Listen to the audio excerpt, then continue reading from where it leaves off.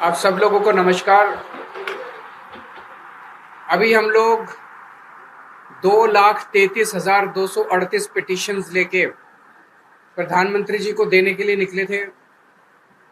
एक महीना पहले उनसे E20 के मुद्दे पे चर्चा करने के लिए समय मांगा था, उनका कोई जवाब नहीं आया। आज हम उन्हें पिटिशंस देने के लिए निकले थे, उन्होंने जवाब दिया कि मैं नहीं मिलूँगा। तो बेसिकली ये तानाशाही की वो दिखाता है।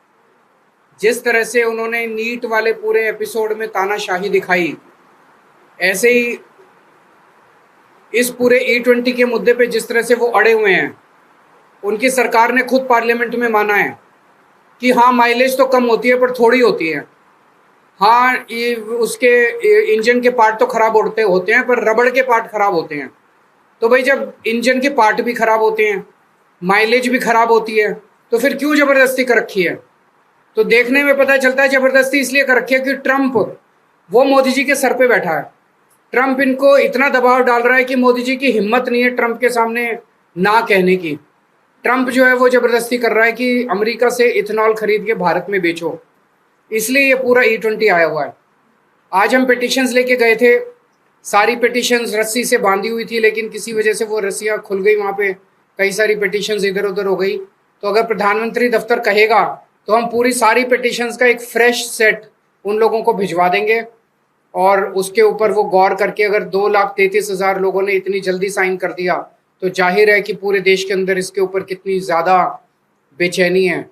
तो प्रधानमंत्री जी से हम यही निवेदन करना चाहते हैं कि आप अमेरिका से इथेनॉल खरीदना बंद कीजिए, ट्रंप के दबाव को बर्दाश्त करना सीखिए। पूरा देश सफ़र कर रहा है। अभी अभी पंजाब विधानसभा में प्रस्ताव पारित किया गया है कि E20 जो है वो विड्रॉ किया जाए। E20 जनता के खिलाफ है और प्रधानमंत्री जी को ट्रंप का दबाव नहीं मानना चाहिए। गोवा के अंदर हमारे 2 MLA हैं, गुजरात के अंदर हमारे 5 MLA हैं, गुजरात में और जम्मू कश्मीर में 1 MLA है। तो जम्मू कश्मीर, गुजरात और गोवा में भी हमारे MLAs जो हैं वो प्रस्ताव पेश करेंगे। पास होगा कि नहीं होगा हमें मालूम है, क्योंकि वहाँ बीजेपी की गवर्नमेंट्स हैं इन दोनों राज्यों में, तो कम से कम गुजरात में और गोवा में, तो वो पास तो नहीं होने देंगे। लेकिन हम पेश करेंगे उन दोनों जगह भी प्रस्ताव की E20 को विड्रॉ किया जाए। और आज जो मूवमेंट था, आज एक और पार्लियामेंट में भी इन्होंने प्रश्न रखा था संजय जी ने, और उसका जवाब आया ही, उसके बारे में ये थोड़ा सा बताएंगे। और इसके बाद हम ये समझ गए हैं कि आंदोलन बहुत बड़ा होना पड़ेगा। जो नीट वाला पूरा आंदोलन था उसमें मोदी जी को खुद निर्णय लेना था कि धर्मेंद्र प्रधान का इस्तीफा लेना है कि नहीं लेना। यहाँ पे तो ट्रंप का दबाव है और ट्रंप के सामने मोदी जी भीगी बिल्ली बन जाते हैं। मोदी जी की चलती नहीं है, मोदी जी की मजबूरियां हैं। तो अगर जनता को E20 से निस्तारा चाहिए, E20 से छुटकारा चाहिए, तो जनता को सड़कों पे उतरना पड़ेगा और बहुत बड़े स्केल पे उतरना पड़ेगा। आंदोलन जारी रहेगा। अगला कब और कैसे होगा ये हम सोच विचार करके अगली कौन सी एक्टिविटी होगी हम आप सब लोगों को बताएंगे। लेकिन आज जो 100 लोग आए, जिन लोगों ने, जो विक्टिम्स थे, उन लोगों ने हिम्मत की। आज के दौर में हिम्मत करनी बड़ी मुश्किल है। जो सोशल मीडिया पे एक वीडियो डाल देता है उसकी ये लोग ऐसी तैसी कर देते हैं, फायर कर देते हैं, इनके ट्रोल उनको धमकाते हैं, इनके गुंडे उनके घर पहुंच जाते हैं। बहुत ज़्यादा गुंडागर्दी मचा रखी है इन्होंने, लेकिन यही इनकी गुंडागर्दी इनका अंत साबित होगी। अगर आपका कोई एक आप जरा सा बता दीजिए।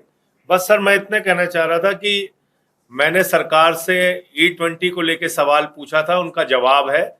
इसकी कॉपी आप लोगों को शेयर कर देंगे और इससे आपको स्पष्ट हो जाएगा कि सरकार जबरदस्ती आपके ऊपर एथेनॉल थोपना चाहती है, और कारण बिल्कुल साफ जो केजरीवाल साहब ने कहा कि ट्रंप की गुलामी करना है। उनके दबाव में सरकार को ये निर्णय लेना ही लेना है उनका कूड़ा खरीदने का। और ये जो 2 आर्ग्यूमेंट देते हैं, पहले कहते थे माइलेज कम नहीं होती, अब मान लिया माइलेज होती है जी कम, 6 से 9% होती है। फिर क्या, पहले कहते थे इंजन खराब नहीं होता, अब कहते हैं नहीं, रबड़ के कंपोनेंट तो खराब होते हैं। अब कहते हैं फॉरेन एक्सचेंज बचता है।